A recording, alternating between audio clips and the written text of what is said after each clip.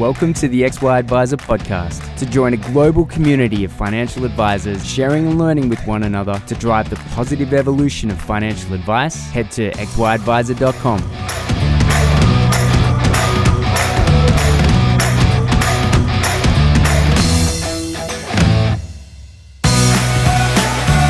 G'day, how's it going? What do you know? Strike a light. Clayton here with Brendan Moss from the States. Actually, whereabouts in the States are you right now? So I'm in Texas at the moment by way of California. Whoa, what do you prefer? You know, honestly, Texas, it's much more laid back, very chill. I know California gets that vibe, but California is very hustle and bustle. And Texas is just, it's more like the West, the West as opposed to the West Coast. Yeah, okay, that makes sense, because obviously, like, from an Australian's point of view, both California and Texas have really strong identities. So I could imagine, enjoying both. Apparently, LA in itself has the population of all of Australia of around 20 million. So I could imagine if our entire continent, which is the size of the continental US, if our entire continent is fit into the size of one city, then I'm guessing there's a lot of hustle and bustle, and I'm guessing Texas is better. Whereabouts in Texas are you? So I'm in the Dallas-Fort Worth area. Yeah, wow. Which consequently we have direct flights into Sydney, which is nice. Yeah, man. Which actually, did you fly out of Dallas when you've come to Australia in the past? I did both. So flew out of DFW airport and then LAX, and the DFW flight is, at the time, it was the longest flight, I believe, either by miles or hours or something. And so it was it was a trip, that's for sure. Yeah, man. Being in Australia, oh God, wherever we go to in the world, it's really painful. Really, really painful to jump on a plane. But speaking of things that aren't so painful, you, good sir, have been consulting in financial services for a little while now. Did you start out as an advisor? I did, yeah. Like a lot of folks, just started. And fortunately, here in the States, we have financial planning programs at we call it college, you call it university. And, was fortunate to get with a good firm right out of the gate. And my story was, I worked in that firm for 3 to 4 years, and the owner of the firm got pancreatic cancer and died suddenly within 2 months.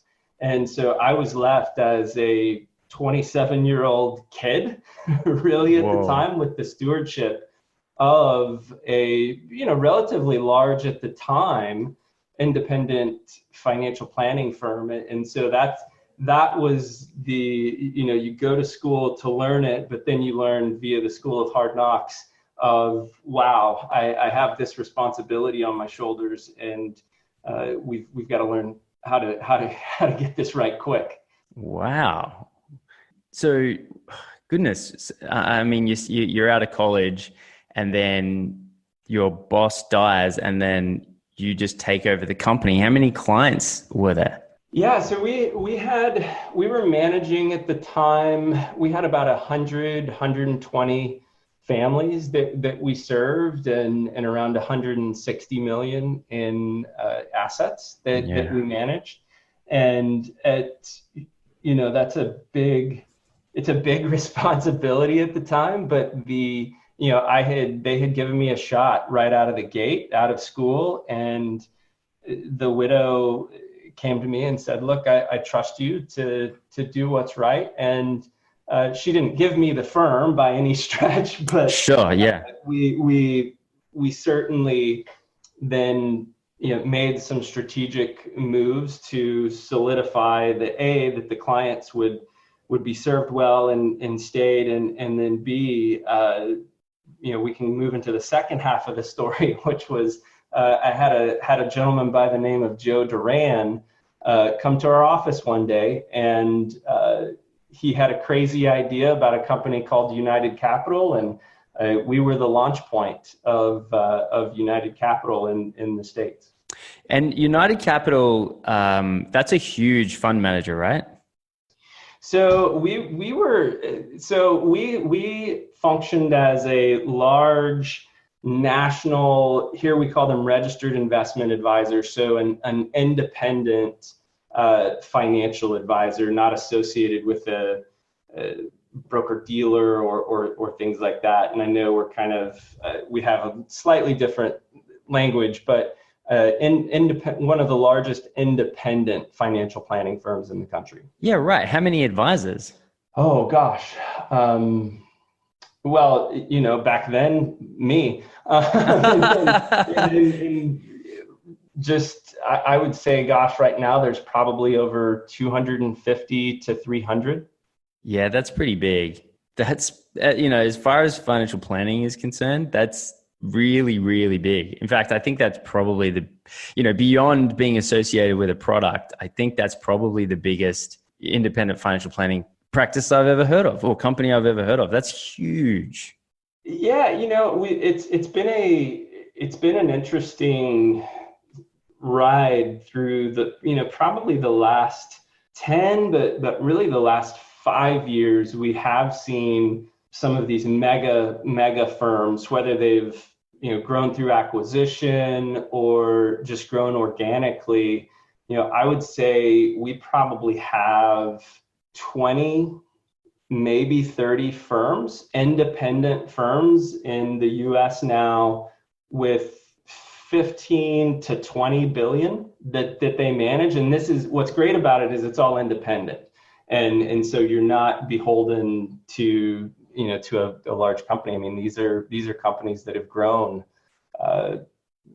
from nothing essentially over the last 20 years. Yeah, right. Because in Australia, when we say independent, it basically just means no one can force you to use a product. So I guess for United Capital, they were using external third-party investment solutions and retirement account solutions, and not using the in-house ones. Did it ever end up going down the path of creating its own product? So we always had strategies, but I never considered those products. Those were, we put together different portfolios using Vanguard or DFA or things like that. Now that firm now is a part of Goldman Sachs, and I think now we are seeing some of that being created, and part of it's interesting because you want to remain independent as long as you can, but at the same time, once you get that big, you kind of have to start creating things. Yeah. Because sometimes the other stuff out there just doesn't work, or you actually can do it more efficiently and cost effectively. So it'll be interesting to see, as some of these independent firms grow, which direction they lean and go. And I'm not sure we can fault them either way yet. Yeah. But I'm sure the day will come where they make some slip a little bit. Yeah. I mean, I've always been sort of 50-50.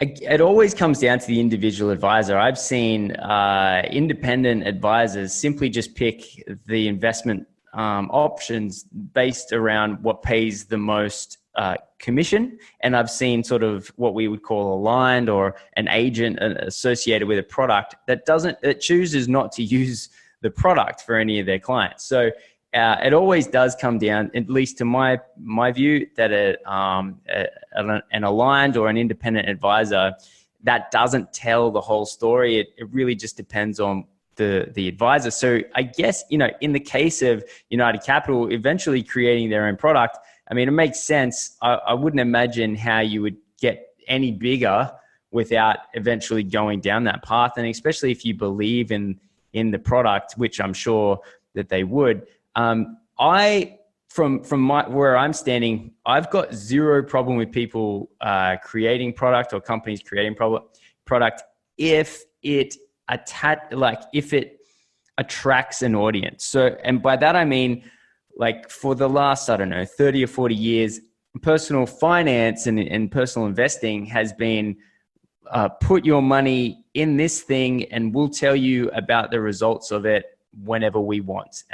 Back in the day, it was very rarely. As we went through time, with technology, and now people have the chance to check it as often as possible. But realistically, there's only probably like this whole concept of engaging with your investments on a rational level, which, don't get me wrong, is a great thing, but only half the population engage with things on a rational level anyway. So this whole concept of having more transparency and more reporting, and like that's great for the people that like it, but there's a whole chunk of society that do not engage with investments with their mind. They engage in investments with, for lack of a better term, their heart and their emotions.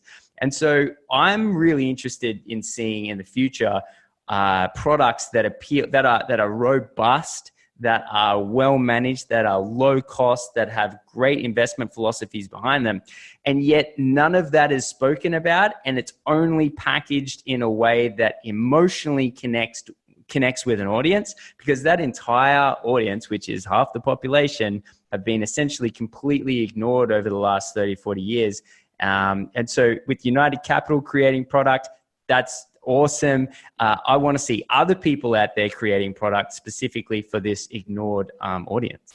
Yeah, I totally agree. And we're seeing more, there's a lot of, a lot of that, like, as you said, technology is making more of this possible. And now you're seeing some of the product providers even come to the advice side of the table, where the Vanguards of the world are moving into financial planning. And I know sometimes that scares a lot of folks, but I view it as a good thing. Schwab doing, retainer-based financial planning is a good thing. We're getting access. That means the grassroots, where so much of what, us and the listeners have been doing, now we're seeing big companies recognizing, okay, this is a better way. We need to figure out how to do this. And look, the reality is we can't serve everyone out there. And if they can help and if they can bring them to the table, that's a positive for sure. Yeah. I don't know what it's like in the States here. 2/3 of the retirement funds are managed by financial planners. So what's kind of interesting is you see this life cycle of a business where they say, they go straight to the consumer, cut out the middleman, reduce costs, and they'll attempt that message for, I don't know, a couple of years maybe, until they run out of money. And then they go, oh, actually, financial planners, they're definitely the best. And we've seen, and this is startups, but we've seen huge pivots over the last couple of years, because at least here, it's almost impossible to launch a company without the help of financial planners, especially an investment style product. With Vanguard, I've got so much respect for Vanguard from a marketing point of view. I think just coming up with, calling it passive when it was just a market weighted top 100 or top 200 and trade in and out. And then the size compared to the overall, market cap of the top 200 reflects in the portfolio. Is actually a strategy, but just, it was so easy to code in a computer to make those trades that they called it passive. And passive, I think, is the greatest marketing word known to man. Thankfully, Vanguard just happens to have a high quality, low cost product. So it hasn't ended in disaster by any means, but I take my hat off to them for creating that whole investment philosophy. I thought it was brilliant. Yeah. Well, and you're right. It's all Vanguard is a product. That's it. It's just a product, right? Yeah. Now, so as someone who was financial planning, obviously took on a lot of responsibility early. But your journey overlapping with XY begins more on the consulting side of your career, and your work with Ray Jaramis, one of the co-founders here. At the time, he was working at TraceStar. They do annual trips to the US, and you introduced, or your company introduced them to financial life management. Yeah, we did, and it was something that we had worked on for a long time, and frankly, even though I'm not with United Capital any longer, it's just something that's spread, and that's again a great thing to spread the blending of not just your finances with your life, but how you make those decisions, the behaviors that are behind those decisions. And yeah, it was super cool to have the team from TraceStar, or a few of them anyway, come up and teach them. Really, they were at the leading edge of it, probably one of our fourth or fifth classes through when we started teaching advisors through it. And it was so cool to see that spread, because at that point it can spread locally and even nationally, but then when you start having folks from Australia, from Canada, from the UK starting to see and feel that message, it's a cool feeling for sure, but all it means is that message is really resonating, and that more than just financial planning, really integrating a holistic financial life management process to your practice, to your firm, is just the way to go. Yeah, I sort of built this independently by myself at my own version of it before I'd heard what you guys were doing. I have zero doubt that the one that you guys were working on as a team was substantially better. But that whole idea of, I end up writing a book called Fund Your Ideal Lifestyle. So this whole idea of money choices are life choices, and life choices are money choices. And I think the terms like financial life management are really, really cool and sort of hit where I see, certainly, I wouldn't even say the future of advice anymore. I'd say the current day, the more progressive style of advice has certainly been up and running now for a handful of years, and it's going remarkably well. Could you explain what your succinct understanding of financial life management is? Yeah, it's a great question, because it does tend to mean a lot of things to different people. It's like the traditional, what is wealth management? What is financial life management? It's truly taking I'm going to use the word holistic, and I hate the word holistic, but it's the word that probably makes the most sense. But it's a full life view of how and where does money intersect. I think Carl Richards, I'm sure many of your listeners know Carl Richards, the sketch guy from the New York Times and the Behavior Gap. It's his sketch of where money and life intersect. That's financial life management. I can't do it any better, so I'm going to give credit to Carl and just say that one sketch, it's where money in your life intersect, and it's finding the best way to make those decisions. It's telling the truth to your clients when they need to hear the truth, not just what they want to hear. It's helping them and guiding them to not tell them what to do, but give them the information to make the decisions on their own so that they own it and they feel good about it. And that's financial life management. It's the intersection of life and money. Yeah. When you come to, when you're sitting in front of a client and you're thinking, well, how do I get this person to make better life decisions? What is sort of a high level framework? Do you promote a high level framework to help people make better decisions? Because obviously, you can lead a horse to water, but you can't force it to drink. So oftentimes when I was advising, I would get someone to the point where they realized they needed to make a change. But it was sometimes difficult to sort of get them over the edge, so to speak. Do you work to a coaching framework, or like, do you have any sort of tips or tricks that you would use in a meeting to get people to turn that realization into action? So there's a couple of things that I would suggest. And the first is getting really good and comfortable with asking lots of questions, because it's too easy to ask a client a question, a client gives you an answer, and you're done with it. And there was a great study. It was one of the big financial planning software companies here did a study around how many goals were in all of the plans across their platform. And that number, it was either like 2.1 or 2.3 goals, which if that's all you have, that's not enough. It's not enough.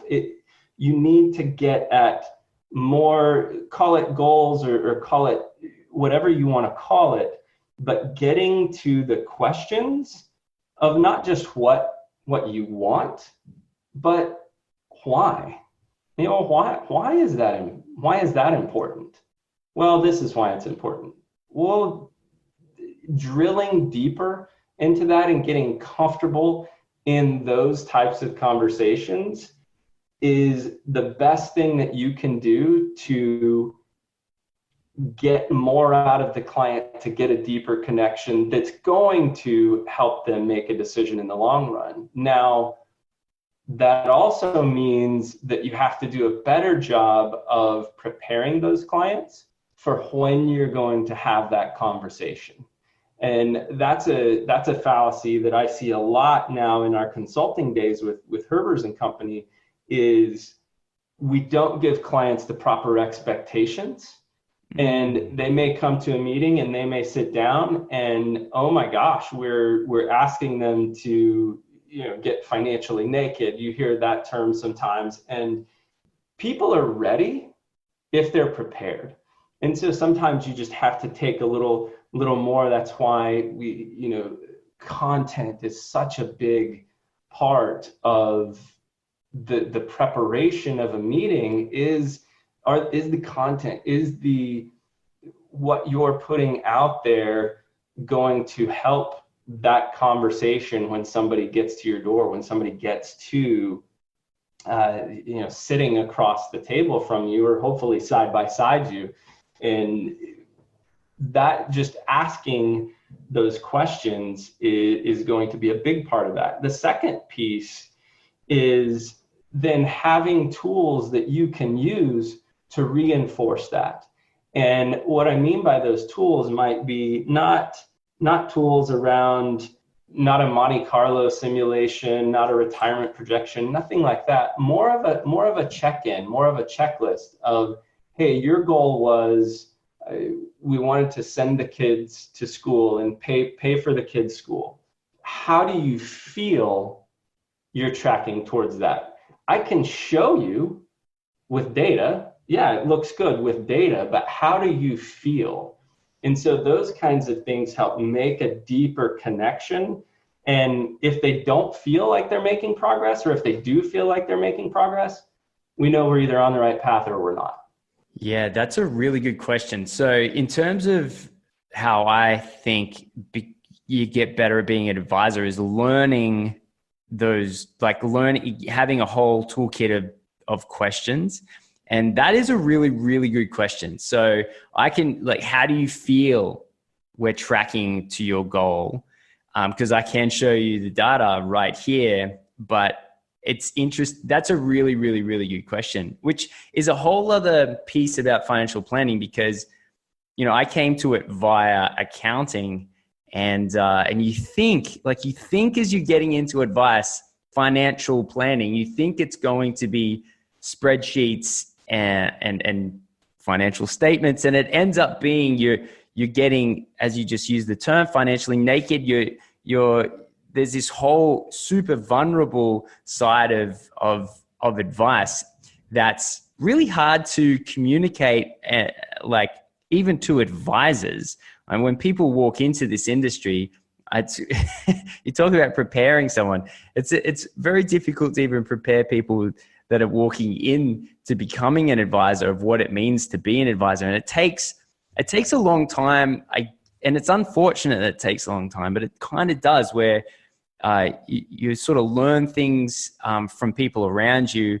Because I still remember my first ever meetings as a financial planner, and I was like absolutely terrified because I knew I was meant to do something. I wasn't quite sure, but then over the years, you sort of pick up these good questions.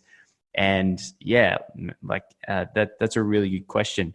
In terms of Herbers now, so certainly I've never personally heard of it, but you were saying before we got on that you've actually had a bit of traffic from Oz. So I'm kind of interested.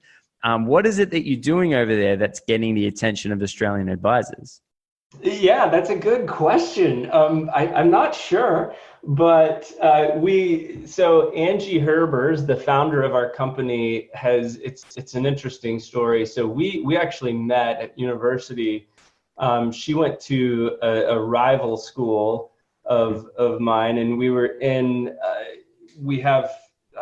I mean, this is crazy. There are financial planning competitions in college, and so long story short, she beats her school beats our school, and we kind of become very friendly rivals, and have been for the last 20 years or so. And I would always give her a hard time with, hey, Ange, your consulting firm you guys grow and build firms better than anyone that I've ever seen, but you do it at a small scale. And this needs to be getting out. You need to be preaching this from the mountaintops. And I had left United Capital. I was currently with XY Financial Planning, the US XY. Woo. And she, I got a call from her, and she said, hey, how you've been ragging on me about, getting bigger. I said, yeah. And she's like, how would you like to come help do that? And so over the last year or so, we've been working on getting that content and message out. We do get featured in a couple of the national magazines here that get syndicated globally. She speaks, at national events here in the States. And so, and two, I know, look, there's always a pretty good contingent of Aussies at whether it's FPA or NAPFA, some other big conferences. You guys travel well, I'll say that. Yeah, it's a necessity. We're born with a passport. That's true.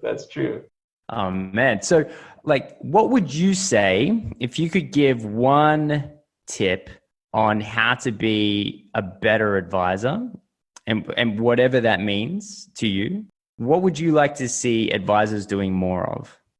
Oh, you got me there. Just one thing. Look, so I'll take maybe a different angle, and coming from the consulting side of advisors are really great and really passionate and want to help people. And that's what's beautiful about our profession. The thing that gets people tripped up is, as good as an advisor is at advising, a lot of advisors aren't great at managing and running a business. And for us to make the greatest impact, we have to not only do well with advising our clients, but we also have to do well at managing and running our businesses. And so that's one of the biggest trip ups that I see with firms, particularly young firms. And whether young in, hey, I just left a bigger firm and I'm starting my own firm, whether young in, hey, I'm just out of school or I'm getting ready to do this. we want to help so bad that we become a little bit altruistic sometimes. And that's not a bad thing, but running and managing the business is part of the gig if you're going to do big things, which I think a lot of us want to do. And so that would be my advice is yes, get good at the advisor part, but also get good at managing and running a business. You mentioned altruistic, and that is something that I think a lot of advisors would resonate with. I was speaking with an advisor the other day, and they were helping an individual get out of serious debt. So I don't know the exact figures, but it was substantial. And they found this method of helping their client, and the fee was, I think, about $10,000. It's kind of difficult to explain without going into it, but it was a novel way to solve debt problems, that's for sure. But anyway, this advisor knew that the client didn't have $10,000, and so looked at me genuinely and said, so I'm thinking about paying this for the client just because I know it's going to work. And it has something to do with, there's people out there that are really good at negotiating down debt. So you pay these people and they'll call all the people that are owed debts, and they can reduce it dramatically as long as it's paid out sort of immediately. But this client was going to get out of debt, including the fee to the person who was doing the negotiation, and to pay out the debts, it was going to cost $10,000. And this advisor looks at me and goes, I think I'm just going to pay it because I know that this client can't get the money, but then they'll be completely out of debt. And I was blown away. First and foremost, I'm thinking there's so few professions that attract people with such a big heart. Like, it's not a hugely common thing to have a professional who's providing a service to a client to offer to pay $10,000.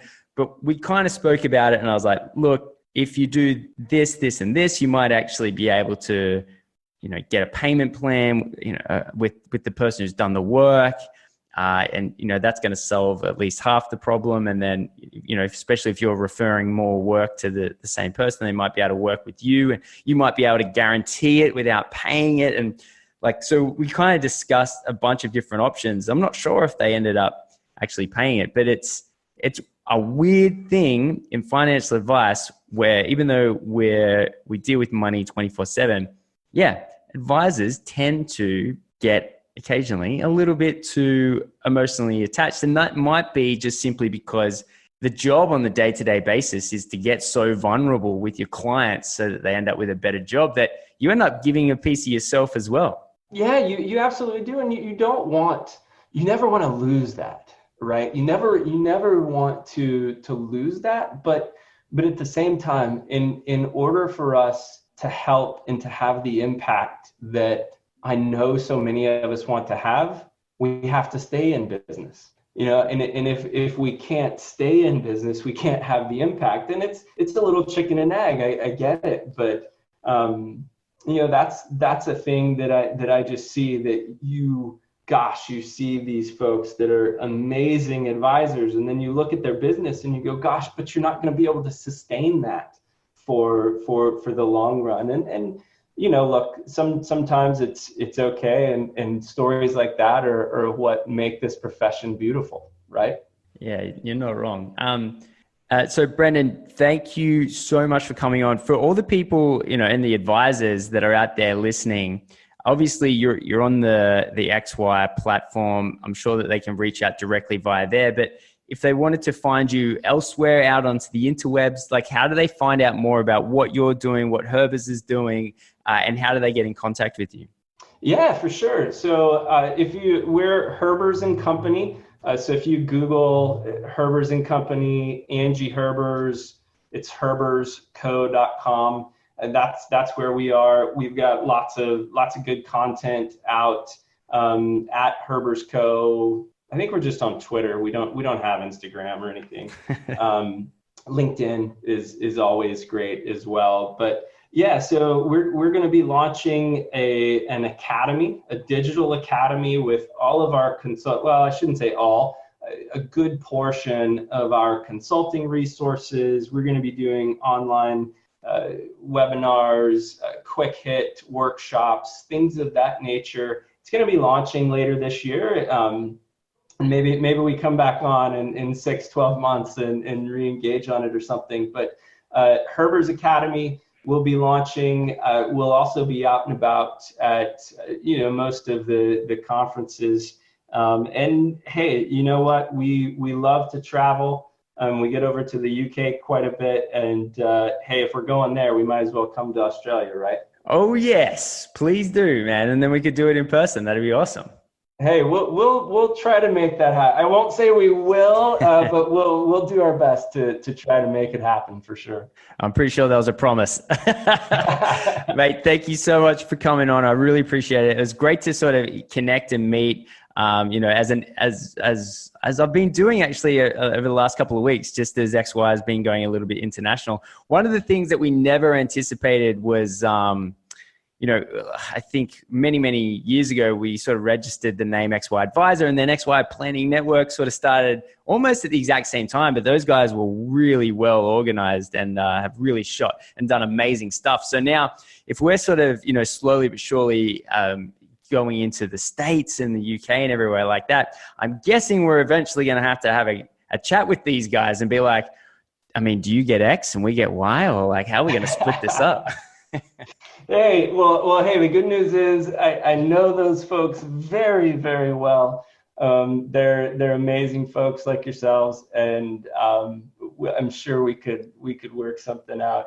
But the challenge is, so now we would always have the conversation of, okay, it's XY, but now Y is getting older. So do we add? What do we do?